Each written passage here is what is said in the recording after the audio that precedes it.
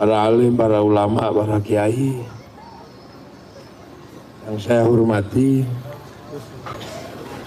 para sepuh, bini sepuh, pelantaran yang saya hormati, para hadirin wal hadirat yang berbahagia. Ini mic-nya ada yang beres lah. Mic sing beres lah, ngakit-ngakit, kadang muni kadang ora.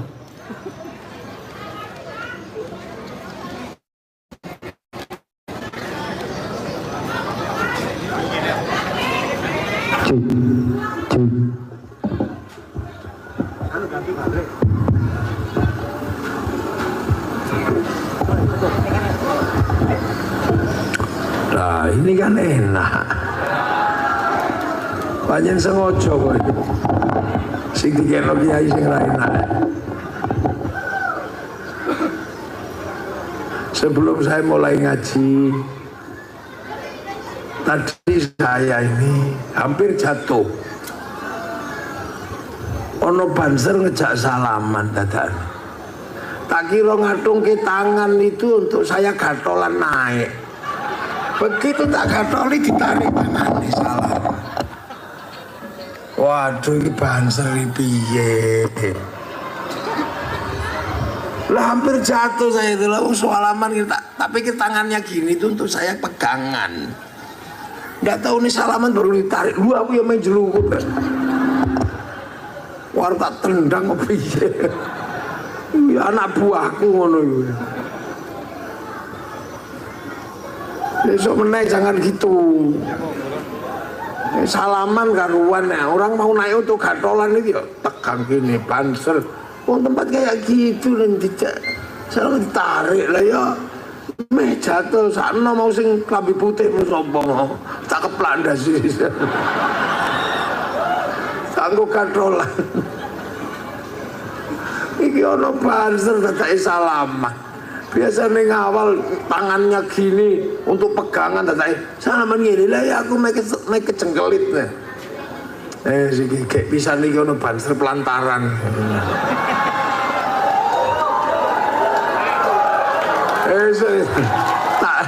Tak diklat.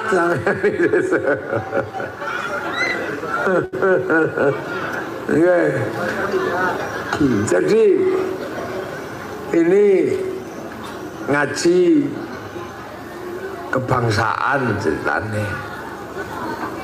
Karena apa? Hari ini kita ini kebetulannya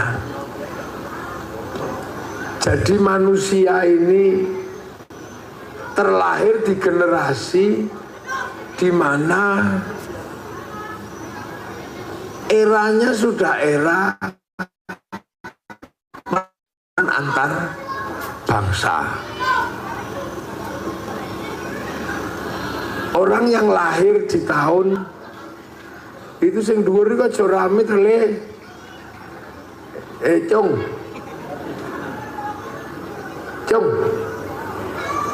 Oh, aja rame-rame iku anake sapa iku dhuwur iku jikuan. Sponsor ono sing munggah siji ngurusi kae wae.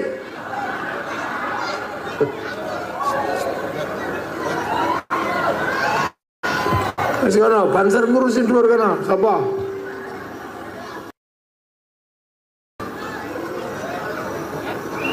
Tugani kono. Anake wong pelantaran. Iya. Tugani. Jadi kita ini generasi yang lahir di tahun berapa ini? Ini 2025. Jadi ini rata-rata kelahiran 70 sampai kelahiran 90 ini dikting. Ini generasi paling unik sudah. Kita ini kebetulan generasi paling antik, di mana kita menemukan dunia itu percepatannya luar biasa. Dulu orang dari zaman jalan kaki ke kendaraan itu butuh waktu ratusan tahun. Terus dari roda ke mesin itu butuh ratusan tahun. Nah, tiba-tiba kita ini melihat dunia ini cepatnya luar biasa. Kita masih menikmati TV. Tahu-tahu TV hilang. Kita kemarin kayaknya masih menikmati radio. Tahu-tahu sekarang radio hilang.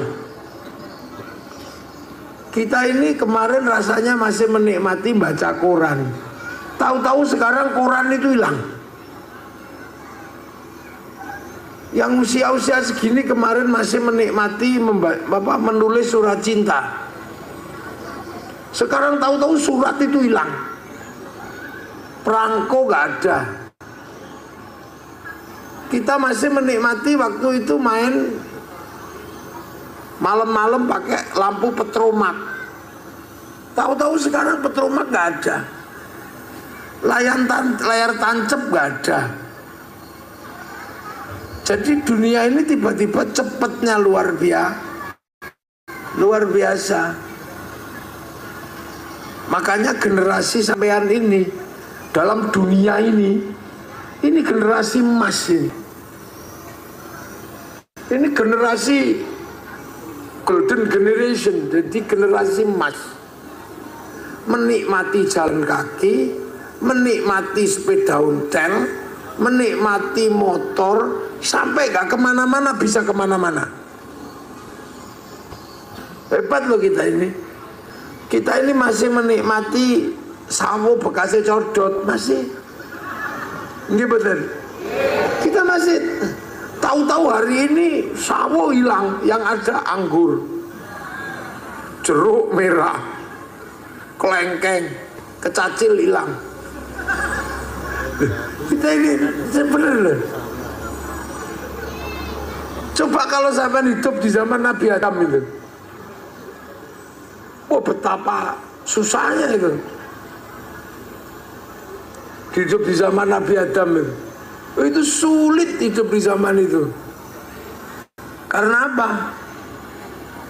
Karena Nabi Adam manusia baru penyesuaian ini, baru penyesuaian hidup di alam ini. Nabi Adam, Siti Hawa itu baru menyesuaikan diri. Karena sebelumnya kan dari langit. Kampungnya nggak di sini, Nabi Adam itu. Nggak kebayang jadi manusia yang pertama kali hidup di dunia ini. Lihat kadal itu masih segede dinosaurus. Nggak kebayang. Seperti orang dulu nggak bayangkan hidup pertama kali transmigrasi, yang tadinya di Jawa ular itu sak jentik ini, sampai di sini sak wit klopo itu. Dulu nggak kebayang akan ketemu celeng ribuan, sampai sini celeng tok. Loh, sampean aja yang dari Jawa transmigrasi itu kaget. Sampean nggak kebayang dulu Nabi Adam sama Siti Hawa dikirim ke dunia, belum punya teman itu. Jadi loh, manusia ini kan bukan asli sini. Manusia itu kan asli langit sana. Makanya manusia pertama itu tetangganya bukan RT RW. Tetangga manusia pertama itu iblis, itu tetangganya. Malaikat itu tetangganya. Masih di sana, masih diawasi langsung sama Allah. Oh itu tuh, Adam, iblis, malaikat itu di sana. Itu masih di sana. Jadi makanya Nabi Adam itu hidupnya enak sebelumnya. Nabi Adam waktu di akhirat sana enak, paling enak itu. Mau makan tinggal bayangkan sudah datang nasi mateng. Pengen perempuan bayang netok wis teko ora nganggo klambi. Loh di sana itu begitu, di kampung asli itu begitu. Nggak ada orang pacaran terus nyambut gawe, nantem sawit, nggak ada. Nyantai, bayang notok es degan teko. Oh deh, es kaya ini. Bayang no larutan penyegar, celing teko. Bener itu jadi akhirat itu begitu aslinya. Nah, terus kan diturunkan ke sini.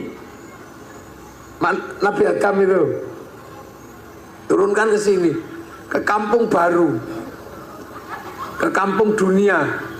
Itu nggak kebayang betapa sulitnya waktu itu. Yang tadinya nggak pernah kerja, tahu-tahu harus kerja, harus cari makan sendiri. Padahal Nabi Adam itu tingginya 60 dhira'. Sak dhira' itu segini. Makanya Nabi Adam itu kira-kira 50 meter. Banser kalah gede itu. 50 meter Nabi Adam itu. Sampai bayang wong 50 meter di awal hidupnya itu. Terus sekali mangan ini pirang kintal gitu. Loh, makanya sampai bisa bayangkan Nabi Adam itu turunnya kan di Mekah sana. Hidup bareng Siti Hawa. Sampai makamnya Siti Hawa ada di Jeddah. Maka disebut Jeddah karena kampung nenek. Jeddah itu kan nenek Mbah Putri. Makanya tempatnya Siti Hawa namanya kampungnya Jeddah, kampung Mbah Putri. Jadi Nabi Adam itu hidup di sana beranak pinak. Loh, sampean bayangkan kalau orang satu makannya sekintal. Makanya Mekah itu jadi gurun gitu. Jadi gurun pasir karena habis makanannya.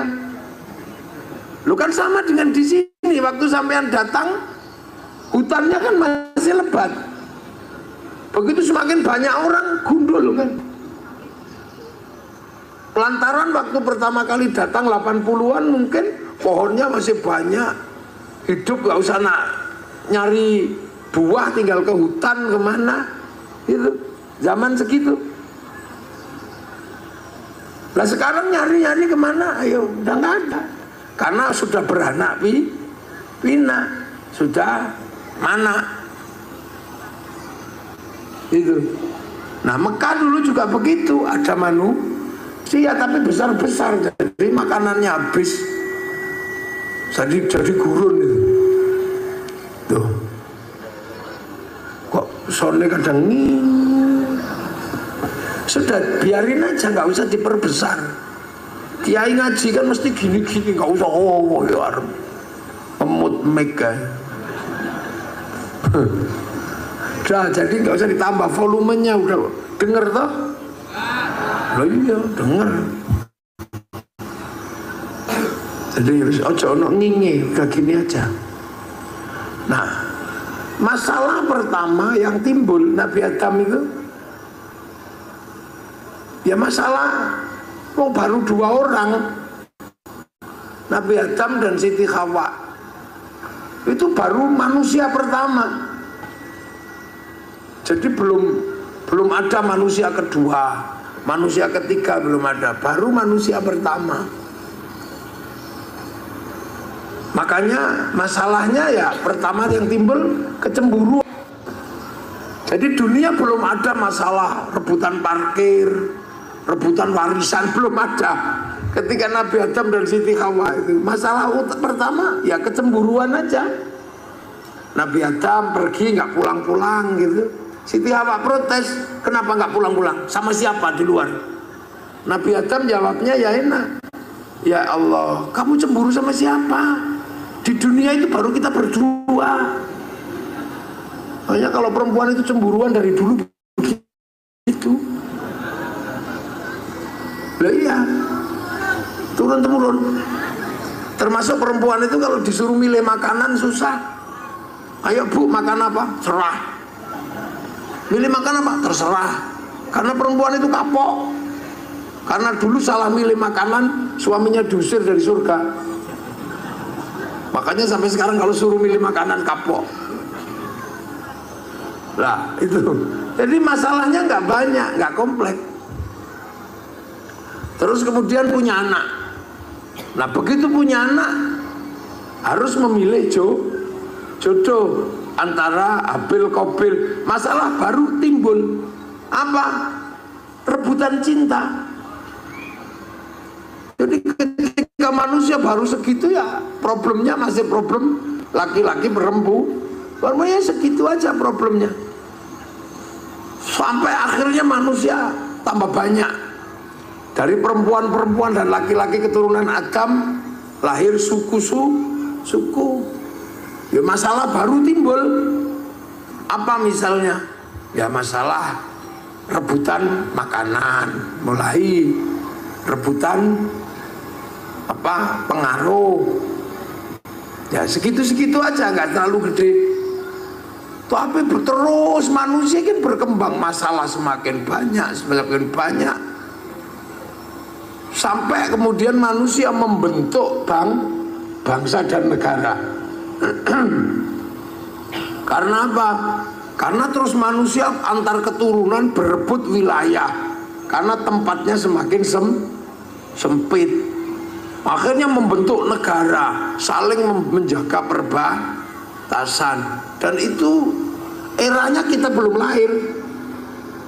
Makanya era ketika membentuk negara itu perbatasan biar nggak dilompati, ada yang mati, ada yang terbunuh, yang disebut pahlawan. Nah itu orangnya beda lagi era itu. Sampai akhirnya kemudian era pemerataan Indonesia. Nenek-nenek kita, kakek-kakek kita dipindah. Ada yang dipindah Kalimantan, ada yang dipindah Sumatera, namanya transmigrasi. Sampean nggak ikut di situ, masih belum lahir. Jadi orangnya beda, buminya masih sama, masalahnya orangnya beda. Sampean belum lahir di situ. Itu masih yang makan tiwul, yang kepaksa makan orang hutan itu, yang terpaksa makan ular karena nggak ada makanan. Itu eranya bukan era sampean, itu era orang sebelum kita. Makanya mereka kadang sampai ada yang tidur mati di telan ulo gitu. Nah terus lahir generasi pembangunan, mulai enak, mulai ketemu listrik. Yang tadinya membuka hutan, begitu menjelang listrik hidup udah mati, udah nggak ngerasakan. Nah terus akhirnya lahirlah generasi pembangunan, hidup mulai enak, tapi penuh tekanan karena harus mengikuti aturan yang ada di zaman Pak Harto. Beda politik, nggak boleh, ini nggak boleh. Nah akhirnya orang-orang itu mati juga, sudah selesai.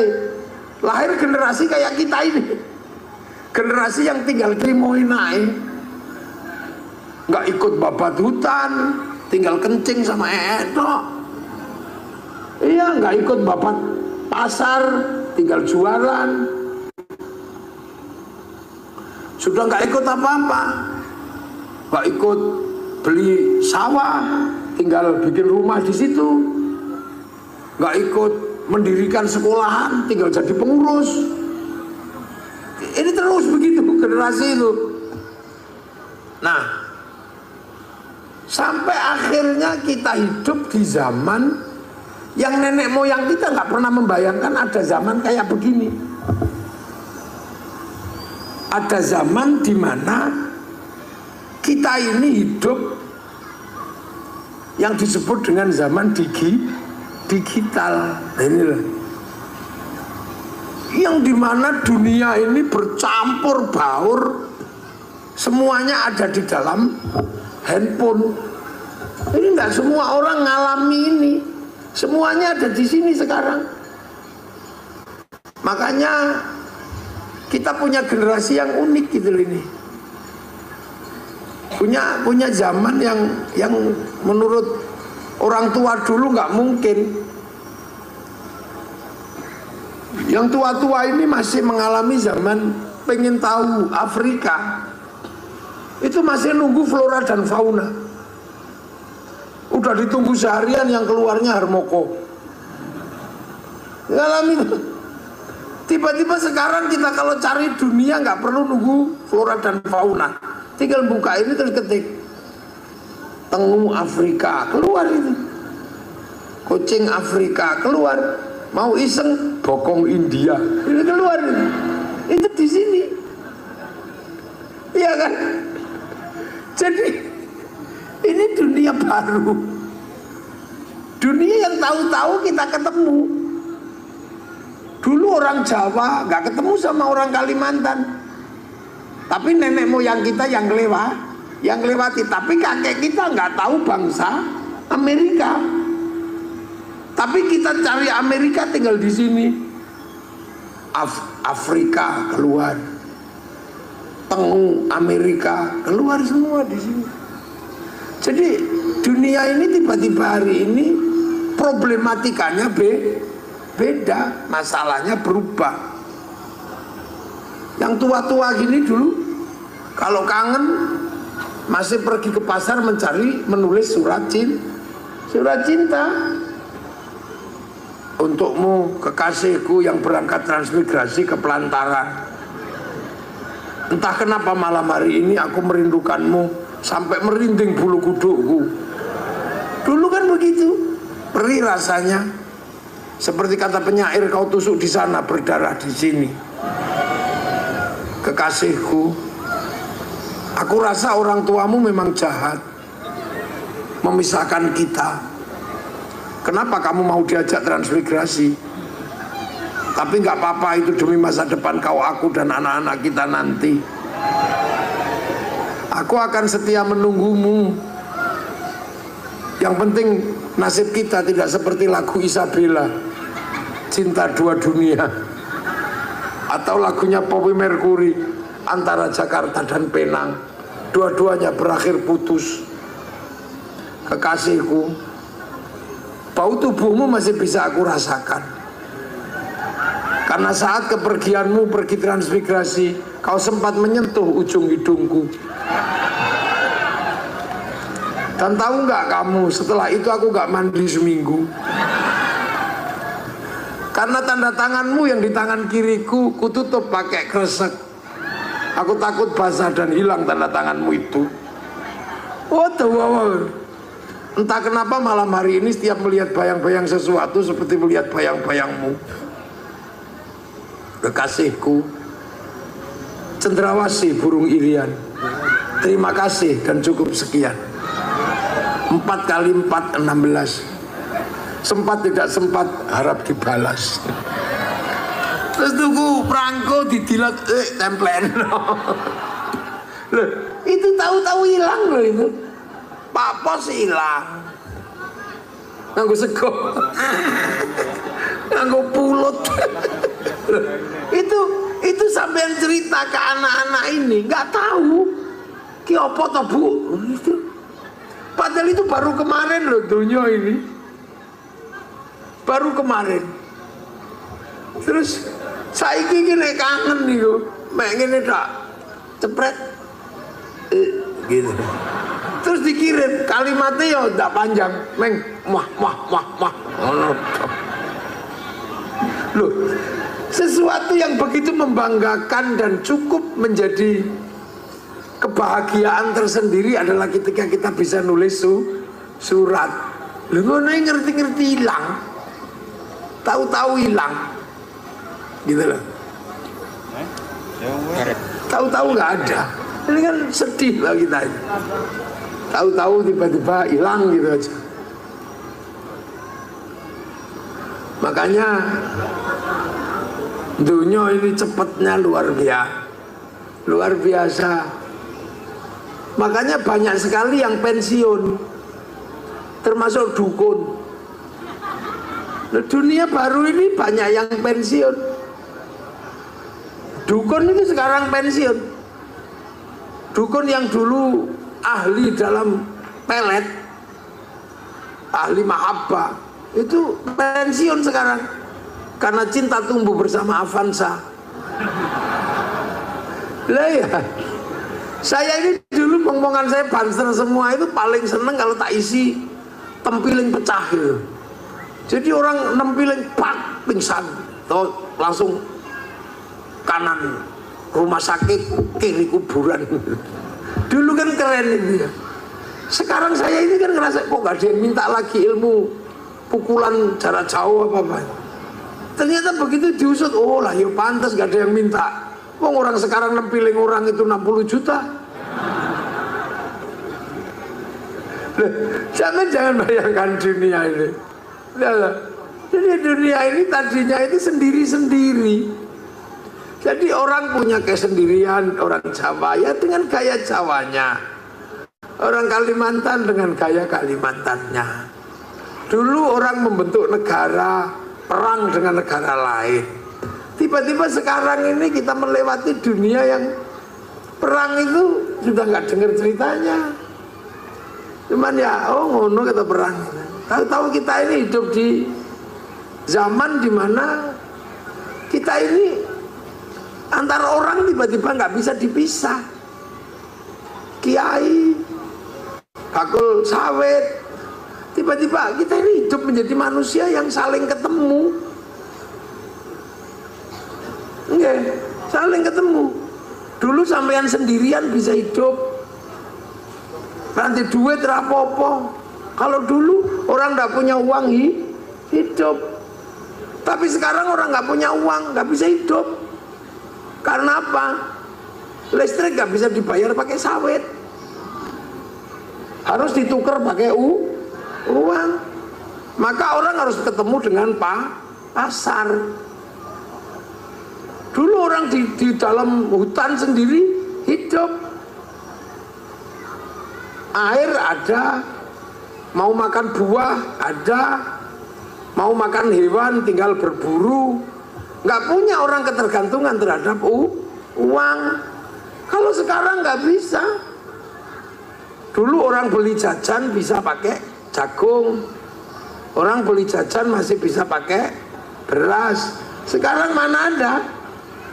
Sampean punya anak sekolah harus punya uang untuk bayar SPP, harus butuh uang. Nah, begitu uang, sampean nggak bisa hidup sendiri. Nah, itulah makanya kemudian yang tadinya antar suku, antar bangsa itu nggak ketemu, tiba-tiba sekarang ketemu. Sampean nggak bisa lagi. Tiba-tiba hidup menjadi pertapa sendiri hidup, nggak bisa. Nah, itulah pentingnya memahami bahwa antar manusia yang tadinya hanya laki-laki perempuan berhubungan berubah menjadi laki-laki dan perempuan yang berketurunan melahirkan suku. Akhirnya antar suku nggak bisa pisah, harus ketemu. Dari suku lahir bangsa. Akhirnya orang nggak bisa pisah dengan bangsa yang lain. Ini kan terus ini. Sekarang orang sudah nggak bisa pisah, makanya muncul istilah ngaji kebangsaan. Karena sekarang orang sudah nggak bisa hidup sendiri. Manusia duduk begini ketemu hubungan antar bangsa. Sampean pengajian begini ketemu dengan bangsa Cina.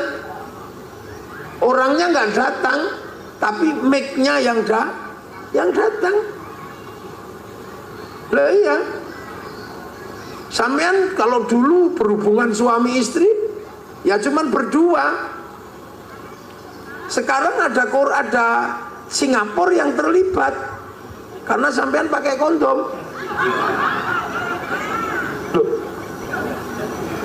Loh iya enggak? Lu kok guyune banter? Berarti sampean tahu nganggo. Tuku nang Indomaret. Lo artinya dulu kita sendiri. Dulu orang sholat itu bisa hubungan antar Tuhan sendiri normal. Sekarang nggak bisa antara manusia dan Tuhan, ada Cina. Lah kenapa? Karena sholat itu nutup aurat. Tutup aurat itu kain produksi pabrik kain. Nah, yang bikin kain pabrik Cina. Makanya orang sholat gak boleh ngamuan sama Cina. Karena Cina ne lungo udah. Pas sampean masih bisa nggak? Coba aku nanya sekarang. Jadi makanya Allah itu menyampaikan dari awal sekali, ya ayuhannas, hei manusia. Karena yang dibilang manusia itu Nabi Adam harus tahu bedanya iki iblis, ki malaikat, iki menungso. Nggih. Inna khalaqnakum min dzakarin wa unsa. Pertama kali yang hanya urusan laki-laki perempuan, laki-laki yang ini, perempuan yang itu. Habis itu lahir berbangsa-bangsa, bersuku belum ketemu, masih di sana, hidup dengan sukunya masing-masing. Orang suku Jawa nggak ketemu sama suku Mesir, nggak ketemu. Orang Afrika nggak ketemu sama orang Indonesia, nggak ketemu. Orang Eropa nggak ketemu sama orang Cina, belum ketemu. Sampai akhirnya tiba-tiba ketemu. Gara-gara ada kapal terus berlayar. Oh, di sana ada manusia. Oh, itu terus akhirnya jadi bersuku-suku, berbangsa. Lama-lama ketemu. Sampai di generasi kita pertemuannya sudah nggak bisa dipisah. Makanya orang dulu sama orang sekarang itu bisa galak orang dulu. Orang sekarang nggak bisa galak. Karena apa? Ada orang ketiga selalu di dalam kehidupan kita. Orang pergi haji, ada Yahudi di situ. Jadi sampean kalau pergi haji pasti minta tolong sama orang Yahudi. Untuk apa? Naikin ke pesawatnya. Karena yang bikin pesawat orang Yahudi. Makanya orang haji nggak boleh marah sama orang Yahudi. Hancurkan Yahudi, bunuh semua. Renang sampean.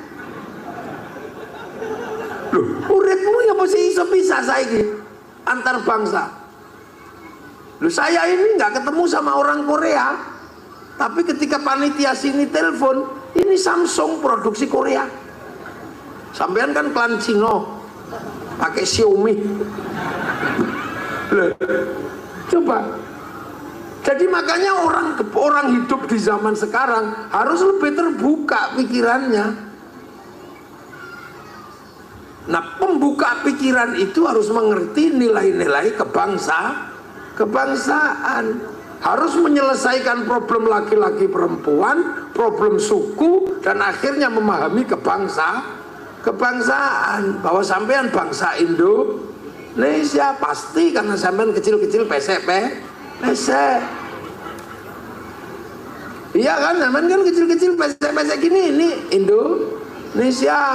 Kalau yang cantik, ganteng, tinggi itu orang Arab.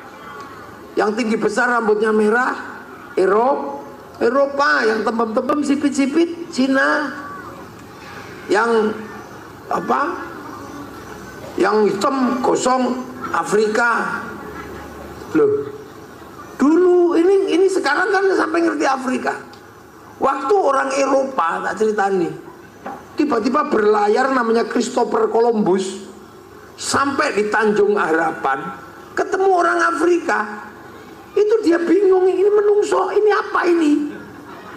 Oh, ini berarti yang diceritakan dalam Alkitab, orang yang menentang Tuhan dibakar oleh api neraka. Oh, berarti ini neraka. Christopher Columbus sampai di Tanjung Harapan mengatakan bahwa orang Afrika itu adalah orang neraka karena gosong-gosong. Dia belum tahu bahwa dia bangsa Afrika. Oh, hitam gosong. Makanya kitab suci mengatakan bahwa orang yang nakal, tidak patuh sama Tuhan, dibakar oleh api neraka. Berarti ini neraka. Loh, itu Christopher Columbus ketemu Afrika. Ini neraka. Makanya kemudian ditembaki aja orang Afrika itu sama Christopher Columbus. Oh, apa? Membantu pekerjaan Tuhan yang belum selesai. Lah ya, makanya sampai akhirnya orang Eropa ini karena penjahat yang selamat dari hukuman Tuhan harus diteruskan penindasannya. Akhirnya orang Eropa paling suka mengambil budak dari Afrika, dikapalkan ke Eropa, dikapalkan ke Amerika. Makanya orang Afrika itu dandanannya aneh-aneh. Ada yang bibirnya dipotong, itu cantik. Ada yang nggak ada telinga dipotong, itu cantik. Untuk apa? Menghindari perbudakan. Sehingga dikapalkan, kalau mengkapalkan orang Amerika, dikapalkan oleh orang Amerika, orang Afrika, ditaruh di lambung kapal karena dianggap bukan manusia. Itu manusia neraka. Makanya ada film namanya Amistad, manusia lambung kapal. Itu adalah pergeseran orang Afrika dibawa ke Eropa, taruh di lambung kapal. Mereka akhirnya ngomong dengan bahasa yang hanya bisa dipahami oleh orang Afrika, bikin lagu-lagu sambil bernyanyi di dalam kapal tanpa musik. Lahirlah namanya musik akapela. Dari musik akapela ketika mereka lihat daratan, bikin lagu yang hanya orang Afrika yang paham, namanya lagu jazz. Terus ketemu dengan musik Afrika, menjadi musik blues. Dan musik blues kemudian menjadi musik pemberontakan di Eropa, menjadi musik rock.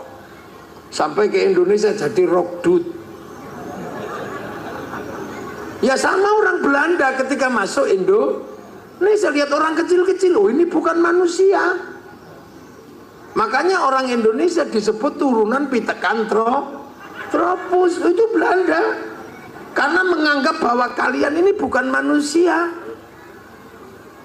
Bahwa turunan Pithecanthropus itu berarti turunan munyo. Makanya orang Belanda kalau manggil orang Jawa kowe. Kowe itu turunan munyo, masih kecil belum gede. Kowe piye? Lah kowe iku munyo. Loh. Bisa kok pantere. Lah iya kan? Gitu. Jadi orang dulu memandang orang itu nggak seperti sekarang. Jadi jangan dikira yang sekarang kita nikmati ini tidak mengalami proses pertemuan antar bangsa pertama, ya tawur. Orang Viking di Eropa sana, ketika ketemu dengan bangsa Han, bangsa Cina, ini ya dianggap bangsa kurcaci, perang besar, karena mau membasmi bukan manusia. Jadi jangan heran teman. Jadi dulu itu ketika Allah menyebut waja'alnakum syu'uban wa qabaila lita'arafu, agar kamu antar bangsa saling pengertian, itu lama sebelum bangsa ketemu. Firaun ketika lihat orang Afrika ya dibantai gitu aja, dianggap bukan manusia. Raffles ketika masuk ke Kalimantan Barat, lihat orang Dayak, dikira bukan manusia, ya dibantai. Sampai akhirnya di Afrika Selatan, orang Spanyol ketemu orang Afrika Selatan, dianggap bukan manusia, dibantai. Maka ada perlawanan Nelson Mandela agar dia punya kedudukan sederajat walaupun kulit hitam, tetap manusia. Jadi sampean saling menghargai antar manusia itu belum lama. Di saat bangsa masih bangsa lain belum bisa menghargai orang, kita di Nusantara sudah maju, sudah mengetahui Bhinneka Tunggal Ika. Jadi bangsa kita ini menghargai orang udah cukup lama. Zaman Rasul orang masih diperbudak, masih diperjualbelikan, persis koyok kambing. Iya. Jadi zaman itu orang masih diperjualbelikan di pasar gitu, kayak pasar wedhus. Dimana kalau yang perempuan bisa dipakai kapan saja tanpa harus ada ikatan perkawinan. Lu kan belum lama toh perempuan merdeka di Arab itu. Tadinya sampean itu ya kalau perang kalah ya direbut, ya dipakai bareng-bareng. Yang laki-laki kalau habis direbut ya disuruh menjadi pejantan. Loh, masih begitu, itu belum lama, Pas. Jadi kehidupan seperti kita kayak gini ini belum lama. 45 itu baru berhenti. Bahkan 48 Belanda datang, bunuh orang nggak ada hukum.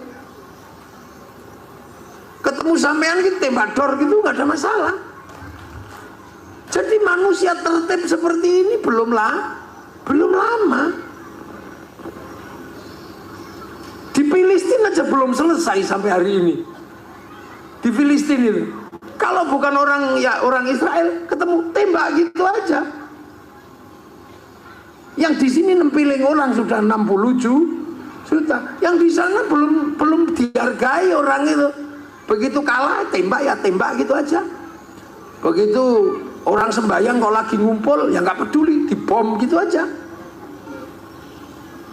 Di Afghanistan sampai sekarang antar suku belum bisa ketemu, padahal cuma 7 suku besar. Beda suku pergi ke pasar beli kok didemek-demek toh nggak dibayar, bacok gitu aja. Loh, jadi sampean jadi hidup kayak begini itu jangan bayangkan sandonyo wis koyo sampean kabeh ini belum. Di Afrika, di Gabon ya, di Gabon itu nanam sawit. Kalau yang nanam itu suku kecil, suku besar yang datang ya diunduh, dibawa pergi gitu aja. Di Padang Kalahari orang menggembalakan sapi, begitu ada suku besar kok pengen ngerebut sapi itu ya digiring dibawa pulang, yang punya dibedel gitu aja. Duh, itu hari ini masih begitu. Jangan sampean kira di Suriah itu orang bawa minyak kok sampean kepengen cegat tengah jalan, tembak aja yang punya. Loh, jadi sampean jangan bayangkan hidup kayak begini itu semua orang menikmatinya. Enggak. Jadi jangan dikira hidup kayak gini ini nggak punya korban. Korbannya banyak dulu. Siapa? Ya orang-orang yang memperjuangkan kita untuk membangun negara. Makanya orang-orang itu begitu berjuang kok mati jadi pahlawan. Nah kita ya karena itu turun orang. Begitu sapinya dicuri, lapor polisi, Pak polisi itu yang nyuri, tangkap. Gitu di Afrika ya belum jalan. Di Irak sana hari ini, kalau tiba-tiba punya istri kok cantik, ya diambil gitu aja. Kalau suaminya nggak berani, ya sudah, salamu kalah, udah gitu. Sini bisa lapor polisi. Loh, jadi sampean jangan membayangkan hidup seperti ini dinikmati oleh orang seluruh dunia. Enggak semua orang bisa menikmati hidup kayak kita jam segini, hehehe, gitu nggak bisa. Sampean di Afghanistan jam segini ngumpul, diroket orang. Duh, ini kok coba kira ini kehidupan seluruh dunia begini. Malaysia pengajian jam segini nggak boleh, jam 10 sudah harus berhenti semua kegiatan masyarakat. Neng kene saya seneng mau pemene wayangan sampai sore sampai dalan pingsan nih rapopo. Kita ini hidup itu enak banget sih gitu. Ya, gitu. Di Australia saya bergurau dengan teman di sebuah kamar. Tiba-tiba polisi datang karena di atas jam 9 suara tetangga nggak boleh masuk ke tetangga yang lain. Gitu terus. Wah kakak polisi datang. Dilaporkan bahwa suara saya menembus temboknya, kacau tuh. Neng kene, wah sampai udelmu copot dulu. Jadi jangan dikira sampean di Amerika punya suami istri, punya anak menikah ya. Terus tiba-tiba sampean datang ke rumahnya, cucunya dibawa pergi, nggak lapor, sampean di penjara. Yang melaporkan siapa? Menantumu. Mau pikir terus pakai motor, nggak pakai helm. Begitu perpanjangan surat, sampai harus bayar. Sini. Polisinya ya wes arep ning kebun. Itu. Sampean di Malaysia atau di beberapa negara Eropa beli motor itu nggak boleh cash karena seluruh keuangan terintegrasi dengan keuangan negara. Sampeyan ning kene lho tuku motor nggawa duit 1 juta, ora ono sing takok. Dealer juga nggak tanya, kok beli motor Pak? Nggak ono sing takok, ya udah bayar. Duit teko ndi? boleh berondolan. Udah. Loh, sama jangan membayangkan kenikmatan hidup itu milik semua orang.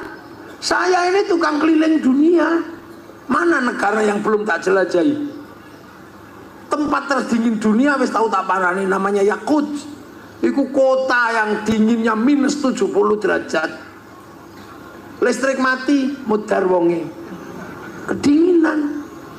Makanya orang-orang Eropa kalau musim dingin rebutan minyak, rebutan batu bara. Untuk apa? Biar listriknya tidak mati. Karena kalau listriknya mati, orangnya kedinginan. Musim panas listriknya dinginnya mati, kepanasan. Nah kita hidup kik.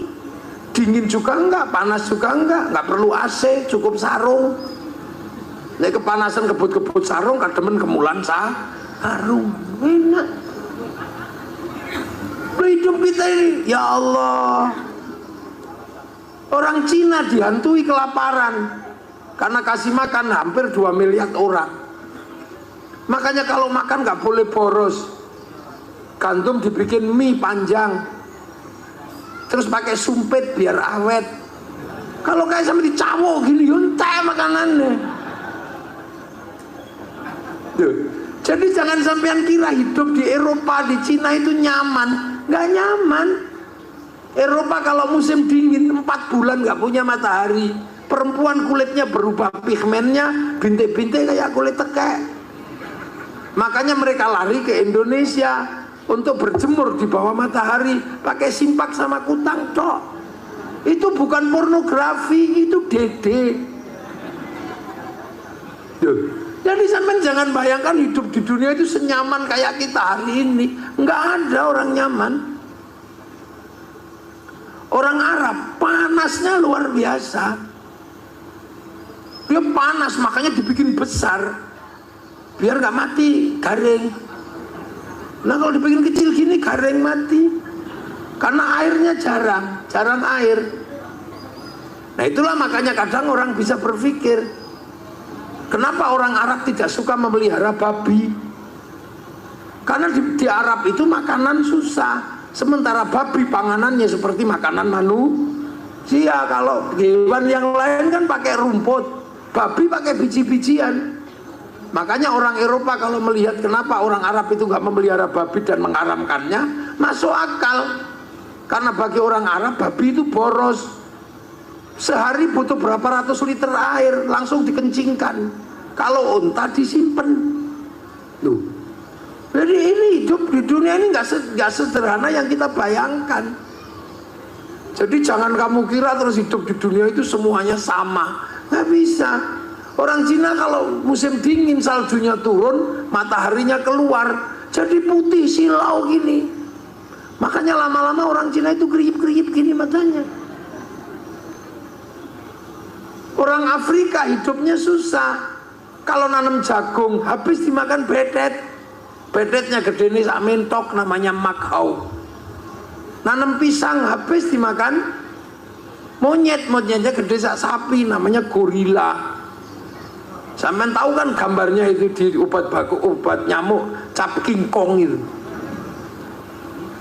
Loh, jadi nggak ada yang mudah. Orang Amerika nggak kerja mati karena seluruh pekerjaan didaftar oleh negara. Jadi raono neng kene urip nang apa nyuloh itu ada di sini. Kenapa dia bisa hidup dan punya motor nyetrum? Kenapa dia bisa hidup mancing? Nah itu kenapa dia hidup boleh berondolan bisa. Sampai jangan bayangkan. Karena negara-negara yang lain ini punya tantangan yang berat. Negerinya Maria Mercedes dulu itu yang cantik-cantik orangnya itu. Wih itu sumunya luar biasa, kelembapannya sampai 35, 36. Oh ringet tok. Makanya mereka kalau udah usia 30 naik, gede ini sak bantrek-bantrek gitu. Kalau usia muda langsing-langsing, begitu gede duduk di kursi itu sini sak menungso sak kursi. Karena nyaman. Jadi makanya saya kalau sedang keliling dunia itu paling nyaman itu Indonesia. Sudah. Eropa kehilangan air. Kalau musim dingin semua jadi es. Makanya ikan pun hilang.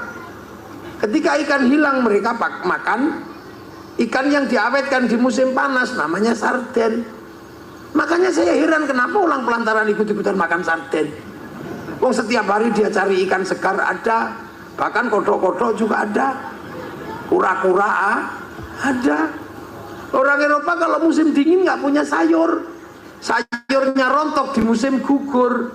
Makanya orang Eropa itu kotanya bersih. Kenapa? Karena daunnya itu tumbuhnya bareng, rontoknya bareng. Nah sini rontoknya gantian. Sena kalau musim dingin nggak punya daun, rontok di musim gugur. Yang nggak rontok cuma daun cemara. Makanya yang dihias oleh teman-teman Nasrani daun cemara. Maka sampean nggak usah emosi. Jangan tanam cemara di depan masjid kami. Itu pohon Kristen. Semenjak kapan pohon punya agama? Itu Allah yang nyuruh lita'arafu agar kamu pengertian antar bangsa. Orang Eropa kalau musim dingin makannya harus ada daging. Makanya mereka daging diawetkan, susu dikeraskan namanya keju, susu dibusukkan namanya yogurt. Kita nggak perlu makan itu, seumur-umur makan kobes, urip. Betapa kita menikmati hidup sebagai makhluk Allah. Orang Arab itu disuruh jinabat sama Rasulullah, bantah. Ya Rasul, ngapain jinabat, orang diminum aja susah, malah disuruh mandi. Padahal jinabatnya orang Mekah itu semalam bisa 8 kali. Kalau kita kan sebulan sekali. Loh, ini dunia. Makanya sampai nggak usah membayangkan jadi orang lain. Kita ini kadang nggak pede, pengen jadi orang Eropa. Akhirnya rambut kita merah. Akhirnya jadinya LKMD, Londo Komendase. Iya kan? Yang Islam pengen jadi orang Arab. Akhirnya kemana-mana pakai jubah. Kita nggak tahu bahwa dulu nenek moyang kita juga berjubah. Jubah itu disebut baju syar'i. Tapi begitu sampai Indonesia, jubah nggak bisa dipakai nanam padi, serimpet. Akhirnya baju syar'i dipotong, potongan baju syar'i namanya syar'un. Di tempat saya Jawa nggak punya huruf ain, punyanya Mogopotongo, maka syar'un jadi sarung, saruan jadi sarungan. Makanya kita nggak ribet karena sarung. Gak usah ribut katok cingkrang. Kalau pengen cingkrang lindingan yang rada dhuwur. Nek pengen dawa plotrokno gampang. Jadi simple. Kita nggak usah ribut masalah jenggot. Ras Indonesia bukan ras Semit tapi ras Mongoloid. Ras Mongoloid tidak ditakdirkan punya jenggot lepet seperti ras Semit. Kalau maksa jenggotan kumek rolas dingu koyo oyote untu. Gak usah ribut. Nah makanya di Indonesia ini orang harus paham sholat. Ya kalau di Arab sana tepat waktu, karena apa? Panas di sana, zuhur mesti sudah di masjid. Kalau di sini zuhur masih enak di kebun sawit. Makanya kalau zuhur setengah 12 belum pulang dari kebun. Makanya kalau di tempat saya ya Allahu Akbar, Allahu Akbar. Kalau belum datang ya Robbana, ya Robbana sambil tolak-tolak. Kalau yang datang 2 malah rokokan depan masjid. Ya kalau di saya tempat saya tombo hati, wong wis pegel ngenteni ya nambani hatine dhewe. Kalau udah nggak datang baru kiainya ngamuk, diurugi anjang baru jerantal.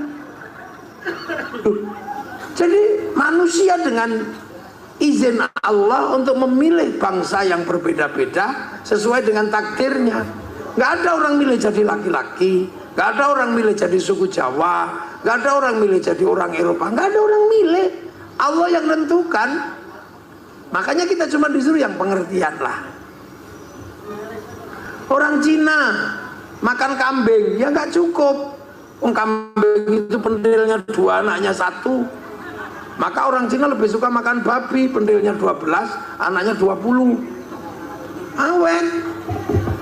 Jadi kadang kita ini nggak ngerasa bahwa Allah menempatkan kita di Indonesia adalah anugerah yang luar biasa yang diberikan Allah kepada kita yang kecil-kecil pesek. Saya nggak pernah ingin jadi orang lain, jadi Indonesia. Tapi kadang kita nggak pede. Jambu gede dikit, jambu Bangkok. Ayam gede dikit, ayam Bangkok. Nangka gede dikit, nangka Belanda. Yang asli di tempat saya tinggal gula Jawa. Ya kan cuman itu. Duh. Rotan Kalimantan karena kecil-kecil. Ya, rotan gede, rotan Hongkong. Hongkong dari mana? Duh. Jadi kita hari ini sudah nggak bisa lagi seperti dulu. Kalau dulu enak sampean orang-orang kita zaman kerajaan cuman hidup di Kalimantan bisa hidup. Makanya Islam itu mengajarkan kita untuk mengerti bangsa-bangsa yang berbeda karena hidup manusia suatu saat akan ketemu walaupun tidak kemana-mana hubungan antar bangsa. Makanya ketika manusia makan disuruh berdoa Allahumma barik lana. Kekuatan hidup manusia itu kan karena makan. Tapi pelajaran makan itu Allahumma barik lana. Kenapa bukan barikli?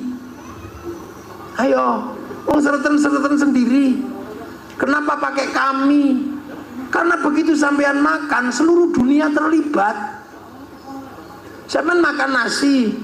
Begitu sampean makan nasi, dunia terlibat. Ada yang menyiapkan pabrik piring.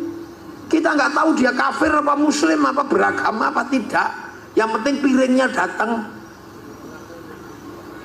Begitu sampai makan nasi, sampai harus tahu nasi itu padi. Padi itu ditanam di sawah. Sawah kalau nggak diatur negara, bunuh-bunuhan antar pemilik sawah. Dia melibatkan negara dan agraria, termasuk BPN, Badan Pertanahan Nasional. Begitu jadi nasi, sampean pasti tahu ada pupuknya itu dulu padi. Pupuk itu melibatkan pabrik. Dia nggak peduli kita sudah agamamu apa, pokoknya seperti pupuk itu teko. Begitu jadi makanan, kita pasti tahu di situ ada gilingan padi. Orang Jerman yang bikin agamanya apa? Dulu sampean nutu, sampean bisa ngomong makananku paling bagus karena usaha kami sendiri. Iya wong lain-lain apa nandur-nandur dewe. Dewe. Habis itu panen sendiri menjadi beras mbok tutu dewe. Habis itu kemudian pakai panci tanah kamu bikin sendiri, pawon kamu bikin sendiri, api gelintir sendiri, terus pakai kayu sendiri. Loh, bumbu bikin sendiri dari hutan. Itu sampean masih bisa? Saya pengen nanya, bisa nggak? Nggak bisa. Begitu sampean jadi nasi, pasti melibatkan pabrik rice cooker, pasti melibatkan pabrik kompor. Kalau pengen mateng berarti melibatkan kompor gas. Di situ ada pertambangan nasional. Duh, ayo, iso sampean. Begitu dimakan, sampean pasti tahu di situ ada bumbu. Ada yang bikin orang Jepang namanya masako. Ada yang bikin nanem bawang putih orang Cina, yang nanem bawang merah orang Brebes. Begitu sampean ulek ada bikin apa? Bikin cuek. Terus dikasih garam. Orang Kalbar apa punya garam? Orang Kalteng ini, Kalteng ya dia. Punya nggak punya, yang punya orang Madura sana. Orang Jepara. Bikin garam di tambaknya masing-masing. Sampean ngerti waktu bikin garam nggak nguyuh di tambaknya? Nggak tahu sudah. Makanya kita kadang curiga. Jangan-jangan orang bikin uyah itu nguyuh. Maka yang satu kita kasih nama Uyah, satu kita kasih nama Uyo. Ayo coba. Begitu sampean selesai makan, amit saya mau ngambil anggur merah. Ini bukan tanaman Indonesia. Ini kalau nggak Cina, New Zealand, Australia atau Amerika. Artinya dia datang ke sini diimpor oleh negara. Ada negara terlibat di situ. Kemudian negara menunjuk Menteri Perdagangan. Menteri Perdagangan menunjuk eksportir importer. Dari situ ada transaksi yang namanya bill of lading, letter of intent, pasti melibatkan perbankan. Bank di seluruh dunia pusatnya di Bank Devisa New York. Itu punya siapa? Rothschild Rockefeller, orang Yahudi. Ayo, apa uripmu saiki iso pisah dengan orang lain? Aku takok. Nggak bisa. Saya ngaji di sini suguhane larutan penyegar cap kaki 3. Kainane pabrik. Tapi saya agak jengkel karena di suku larutan itu. Ini minuman suudon. Rumah sana kiai ki panas dalam apa piye? Yo kan? Ayo gini. Tak kayak gila. Ini ya, answer. Ya, ini. Oh, pengawalku kudu tak kayak sing sijinya. Ini minuman suudon dua-duanya ini. Ya. Udah bisa ditekan. Tekan ini saya juga nggak tahu sing menek iki sapa. Nggak tahu saya. Ya kan, terus dipacai pasti melibatkan arit. Kalau arit dipacai pasti melibatkan pir mobil untuk bikin arit buatan Jepang. Arep tak ombe ora pantes kayak sedotan. Ini Cina yang bikin. Ayo. Jadi Cina diem-diem ikut di sedotan di pengajian. Terus aku di suku Aqua. Ini PT Danone punya orang Prancis. Ayo. Apa sekarang orang masih bisa hidup sendiri dan mandiri? Nggak bisa. Wis kan delok aku. Ini yang disebut bahwa masa depan adalah pertemuan manusia dengan bangsa yang berbeda. Wong wedok saiki ayu-ayu, cantik-cantik, mencinar dari sini. Wah. Kenapa? Itu karena pakai skincare. Iya, yang bikin Prancis. Kalau bedak lantaran bubar. Kok beras dideplok ya blonteng kabeh lu kan. Nggak bisa.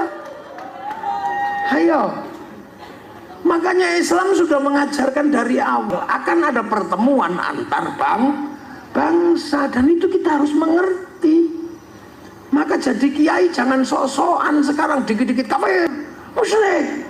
Iki karepmu piye? Itulah makanya orang NU nggak dikit kafir-kafir, nggak dikit-dikit musyrik, karena kiainya punya umat.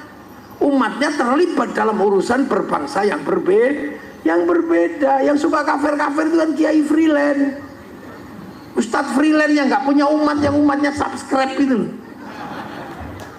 Lu tepuk sing banter, gak usah sukan-sukan. Ini makanya kiai-kiai itu tenang. Nah, itu sudah diajarkan dari awal oleh Islam bahwa ada fase manusia. Ada fase waktu laki-laki dan perempuan baru ketemu, ada suku-suku baru ketemu, sampai akhirnya bangsa-bangsa ketemu. Apa perintah Tuhan? Lita'arofu, agar kamu saling pengertian, cuman gitu dok. Makanya agama pun tidak kaku. Rasulullah ketika mengajarkan beragama, Rasulullah cuma mengatakan mayyuridillahu bihi khairan yufaqihu fiddin. Siapa yang dikehendaki menjadi baik oleh Allah dikasih ngerti urusan agama. Khaironnya di situ nakiroh. Khairon itu kalau nakiroh maknanya khairon kamilan, kebaikan yang sempurna. Nah, baik sempurna itu bukan milik manusia, itu milik Allah. Maka kalau ada manusia baik pasti bersama yang lain. Makanya orang baik tidak boleh mengaku paling baik. Contoh, kita kasih contoh yang di depan matamu itu. Ini pengajian ya. Ini baik apa enggak? Wes, udah ini, udah stop. Pengajian ini baik. Saya tanya terus, kalau di persentase di pengajian yang baik ini siapa yang paling baik? Ini. Ya ini orang pasti kiainya dong. Orang baik. Minumannya aja dibagi-bagi. Lo diminum, kalau dibagi minum, ojo disimpan. Lo itu. Kalau pengajian ini bagi yang paling baik pasti Kiai disambut mobilnya aja sampai sini. Nah orang kiai apa oleh mobil itu kan diri. Dikawal banser, kiai ini ya dikawal sampai banser ya. Saya ini punya pasukan soalnya, dan ini lebih galak daripada yang lain. TNI kalah bintang sama ini. TNI paling besar bintang 5, ini bintang 9. Iya, makanya kadang ya suka-suka aja dia. Kalau kerajaan nih gini-gini ya seneng-seneng aja, bintangnya 9. Wow, ini makanya kalau hormat ya gini juga boleh. Kadang nggak pakai sepatu boleh, bintang 9 bebas. Pokoknya kalau kiai kena masalah tendang gitu aja. Iya, makanya banser itu nggak perlu banyak dongeng. Ada kiainya diganggu satu itu aja. Kalau keliru urusan ansor, mana ketua ansornya? Aku ansor ini. Jadi kalau pengajian ini baik, maka yang terbaik itu siapa? Saya. Terus gak usah bantah sampean. Tapi saya nggak boleh ngaku paling baik, karena saya terlihat baik di sini karena diundang panitia. Kalau nggak diundang saya nggak di sini. Kalau gitu baik saya apa baik panitia? Ya nggak bisa, saya nggak datang panitianya jelek. Loh, itu baru saya sama panitia wes gelut itu. Kalau royoan baik, apalagi kalau sampean ikut-ikutan yang baik ya kami kiai. Nah, kenapa? Ya kami mau datang. Coba kalau nggak ada yang datang, ini bukan pengajian, ini cek sound. Coba ayo. Banter. Ini saya mendudukkan persoalan. Ini pola pikir manusia masa depan, bukan manusia masa lalu. Orang ono kiai jelas dong ini, tahu kerupuk dijelas dong kiai ini. Nggak pernah, cuman saya dok sing iso jelas dong ini. Karena kebetulan saya melewati fase hidup bersuku-suku, berbangsa, makanya orang nggak bisa mengaku paling baik. Kami yang terbaik kata siapa? Kamu ngaku paling baik aja masih pakai serban besar. Coba kamu nggak pakai serban besar, nggak kelihatan baik. Dipikir kamu bakul kambing. Iya. Nah, yang baik lagi siapa di sini boleh mengatakan? Tukang son. Kalau tukang sonnya marah, kami yang baik ya sayang. Kenapa? Sonnya tak pateni bubar. Ya mau apa kita kalau sonnya mati, mana tukang sonnya? Maka saya mau marah juga nggak terlalu keras sama tukang son kan. Dia kalau marah berhenti ini pengajian. Ya, lah kata tukang yang masang tenda, saya kiai yang terbaik mau pasang tenda. Lah kok bisa? Anak kalau gerimis rata pasangi tenda bubar. Padahal biasanya yang pasang tenda itu juga sholatnya nggak terlalu rajin.